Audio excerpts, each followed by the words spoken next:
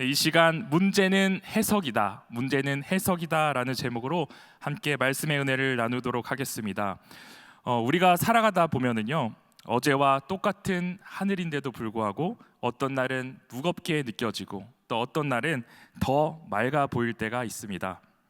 같은 말을 들어도 어떤 날은 칼처럼 날카롭게 느껴지고 어떤 날은 이상하게도 따뜻하게 그렇게 느껴질 때가 있습니다. 왜 그럴까요? 현실이 바뀐 것이 아닙니다. 내 마음이 달라져서 세상을 보는 눈이 달라진 것입니다. 같은 사건, 같은 환경임에도 불구하고 내가 어떤 렌즈로 보고 있느냐, 그것에 따라서 전혀 다른 의미로 우리에게 다가옵니다. 저도 그런 경험이 있습니다. 고등학교 2학년 때 여름입니다. 청소년부 수련회 집회였어요.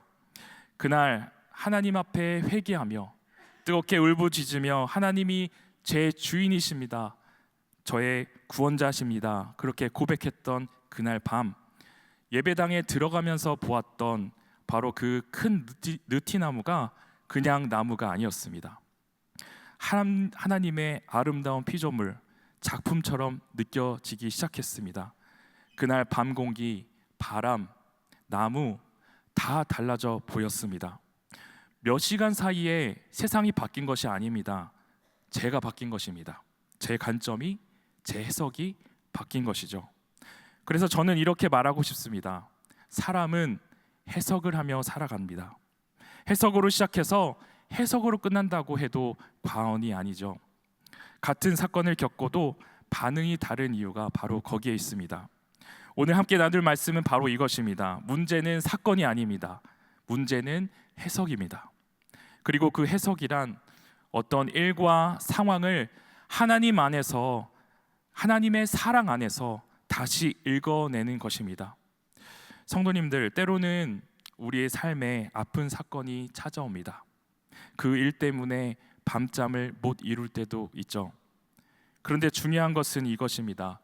그 사건이 내 삶의 결론이 되게 할 것인가, 아니면 하나님의 시선으로 새롭게 읽을 것인가, 그 갈림길이 바로 우리의 해석에 달려 있습니다.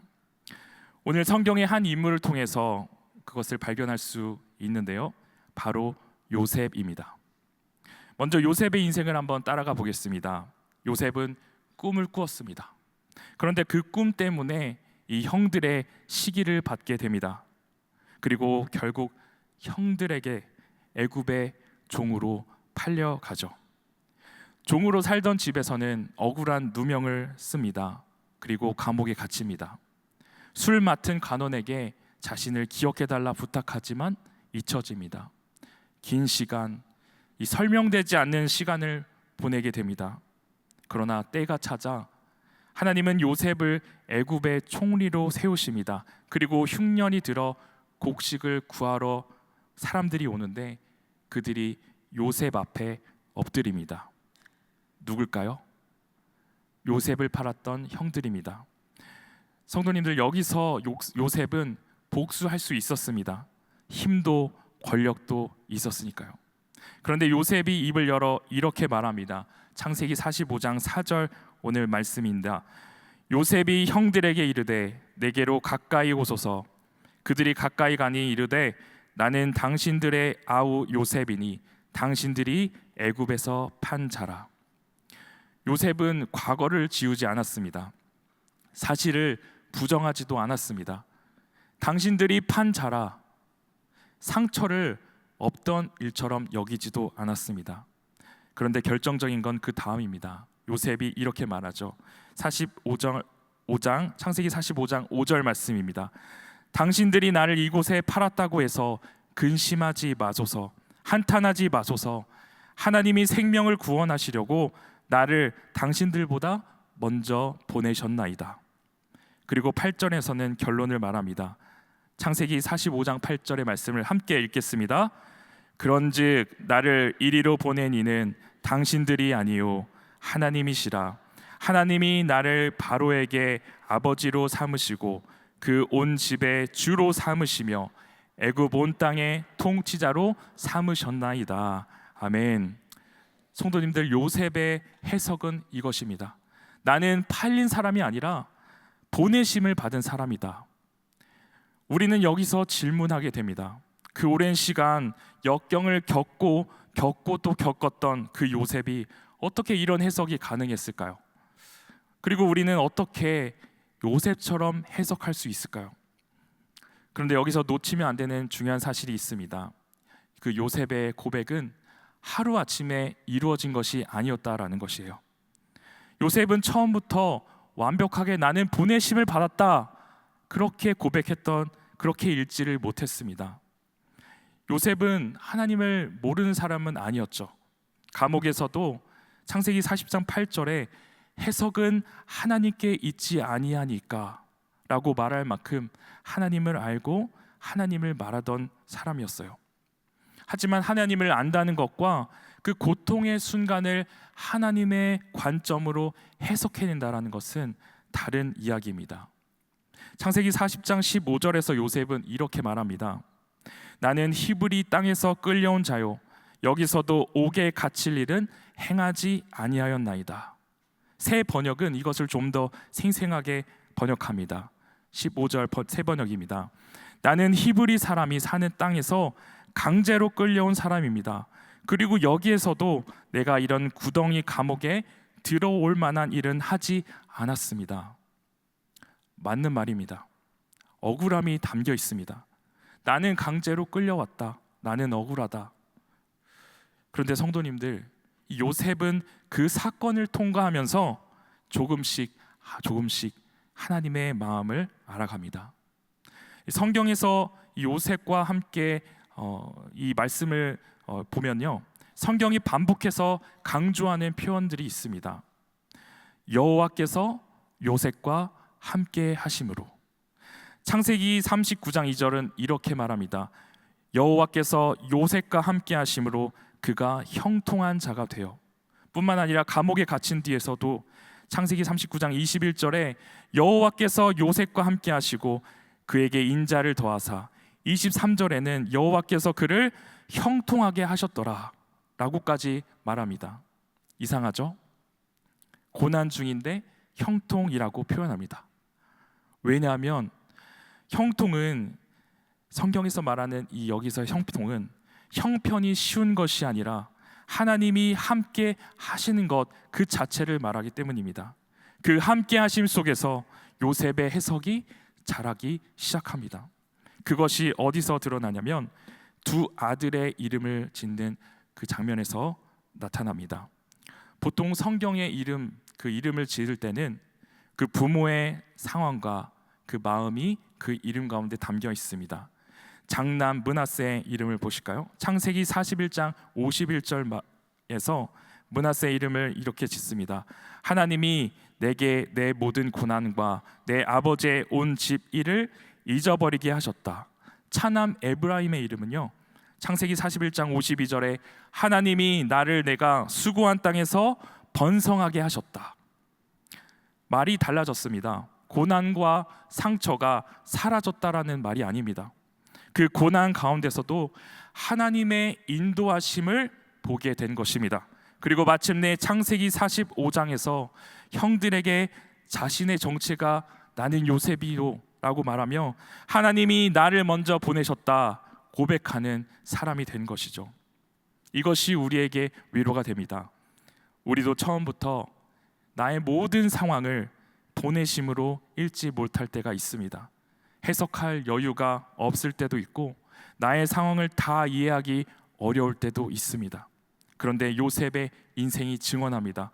하나님은 사건을 없애시기보다 사건을 지나가게 하시고 우리의 해석을 잘하게 하십니다. 그래서 마침내 하나님이 인도하셨다, 하나님이 나를 인도하신다, 그런 고백의 자리로 우리를 세우시는 것입니다. 바로 우리도 우리의 삶을 해석해 갈 때 하나님의 인도하심을 인정해야 합니다. 그것은 어떤 우격 다짐이 아닙니다. 우기는 것이 아닙니다. 진실이기 때문입니다. 시편 48장 14절에서 시편 기자는 이렇게 고백합니다. 이 하나님은 영원히 우리 하나님이시니 그가 우리를 죽을 때까지 인도하시리로다. 이사야 43장 1절 말씀에는 너는 두려워하지 말라 내가 너를 구속하였고 내가 너를 지명하여 불러나니 너는 내 것이라. 시편 23편 1절 말씀 여호와는 나의 목자시니 내게 부족함이 없으리로다. 우리의 해석이 하나님의 중심으로 해석해야 할 이유는 바로 이것입니다. 그것이 진실, 진리이기 때문입니다. 그렇다면 성도님들, 요셉의 해석이 하나님의 중심으로 자라갈 수 있었던 그런 원리는 무엇일까요? 저는 오늘 두 가지 방향으로 정리해 보려 합니다. 첫 번째는 위로부터의 해석입니다. 하나님의 관점에서 나를 바라보는 거죠. 나의 상황을 바라보는 것입니다. 하나님의 섭리를 내 삶 가운데 인도하시는 그 하나님의 섭리를 인정하는 것입니다. 그런데 여기서 오해하면 안 되는 것이 있습니다. 형들이 악을 행한 것, 보디발의 아내가 거짓으로 누명을 씌운 것, 그 자체를 하나님이 하셨다라고 해석하면 안 됩니다. 그건 분명 사람의 악 때문에 일어난 일이었죠. 하나님이 하신 일이 아닙니다.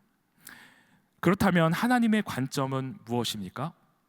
하나님의 관점으로 해석한다는 것은 하나님이 어떤 분이신지를 아는 것에서부터 시작됩니다. 하나님의 성품을 붙드는 것입니다. 성경은 말합니다. 요한일서 4장 8절에 하나님은 사랑이시라 말씀합니다.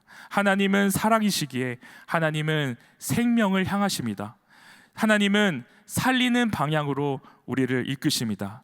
오늘 본문을 보십시오. 요셉은 두 번이나 바로 이 생명을 말합니다. 창세기 45장 5절에 하나님이 생명을 구원하시려고, 창세기 45장 7절에도 큰 구원으로 당신들의 생명을 보존하고 라고 말하고 있습니다. 요셉은 이 형들의 악을 몰랐던 사람이 아닙니다. 그러나 형들의 그 악을 넘어서 그의 삶을 통해서 하나님이 살리고자 하시는 그 뜻을 본 것입니다. 그리고 그 하나님의 뜻은 어디에서 가장 선명하게 드러납니까? 우리 신약의 시대를 사는 사람들은 분명히 알고 있습니다. 바로 십자가입니다. 요한복음 3장 16절 말씀하죠. 하나님이 세상을 이처럼 사랑하사 독생자를 주셨으니 이는 그를 믿는 자마다 멸망하지 않고 영생을 얻게 하려 하심이라. 아멘. 위로부터 해석은 결국 복음에서 시작합니다. 하나님이 나를 사랑하신다. 그러니 이 상황 가운데서도 나는 생명으로 나아간다. 나의 삶을 합력하여 선을 이루신다. 나의 모든 상황을 주님께서 합력하여 선을 이루신다. 하나님은 우리의 인생을 멸망으로 끌고 가시는 분이 아니라 생명으로, 살리는 방향으로, 합력하여 선을 이루는 방향으로 이끄신 줄로 믿습니다. 그 이유는 바로 우리를 사랑하시기 때문입니다. 요셉은 자신의 인생을 팔렸다라고 해석하지 않았습니다. 그는 하나님이 나를 보내셨다, 나를 먼저 이곳에 보내셨다라고 해석했습니다. 그 믿음의 해석 안에는 바로 희망이 담겨 있죠. 지금 어떤 상황에 놓여 있든지 간에 하나님의 사랑이 우리를 붙드십니다. 그래서 우리는 소망할 수 있습니다. 그 사랑을 바라볼 때 우리의 삶은 절망에서 희망으로 바뀔 것입니다. 우리의 해석도 하나님의 중심으로 새롭게 세워질 줄로 믿습니다. 우리의 시선을 하나님께 고정하며 하나님께서 우리의 삶 가운데, 우리의 삶 가운데 무엇을 원하시는지 하나님의 중심으로 해석하는 우리가 되기를 소망합니다.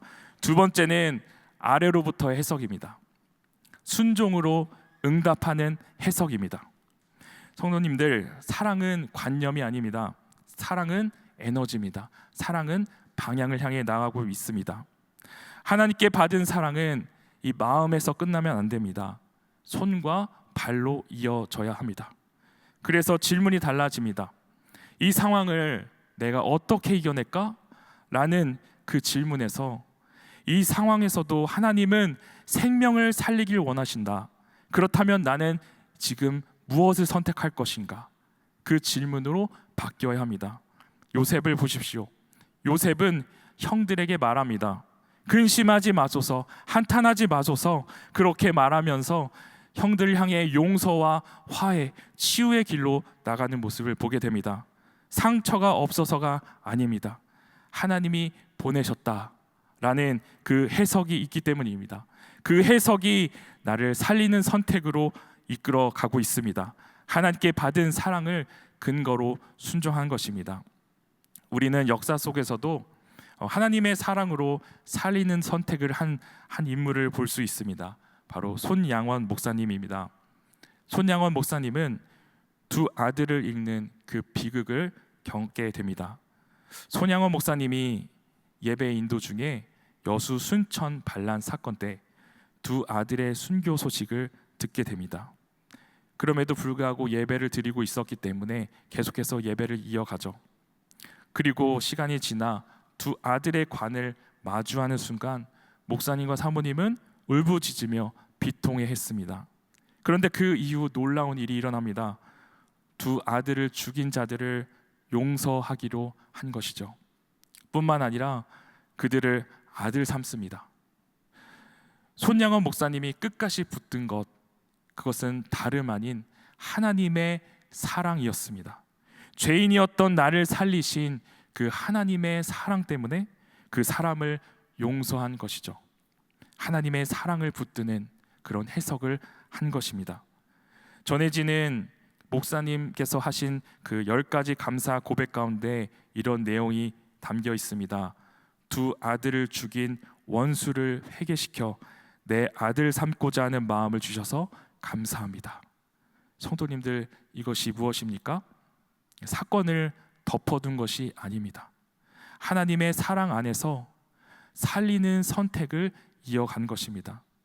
하나님의 그 사랑 안에 나의 실제 실천은 그 살리는 방향으로 나아간 것입니다. 하나님의 사랑이 내 해석을 바꾸었습니다. 그리고 그 해석이 내 삶의 방향을 바꾸어서 누군가를 살리는 선택으로, 누군가가 생명을 얻는 선택으로 흘러가게 되는 것입니다. 말씀을 맺고자 합니다. 예배가 끝나면 현실은 그대로일 수 있습니다. 문제는 여전히 남아 있을 수 있죠. 하지만 해석이 바뀌면 길이 바뀝니다. 문제는 사건이 아니라 문제는 해석입니다. 하나님은 상황을 즉시 없애 주시는 그런 은혜뿐만 아니라 그 상황을 통과하는 우리를 붙드시고 그리고 끝까지 살리는 그 은혜를 허락하십니다.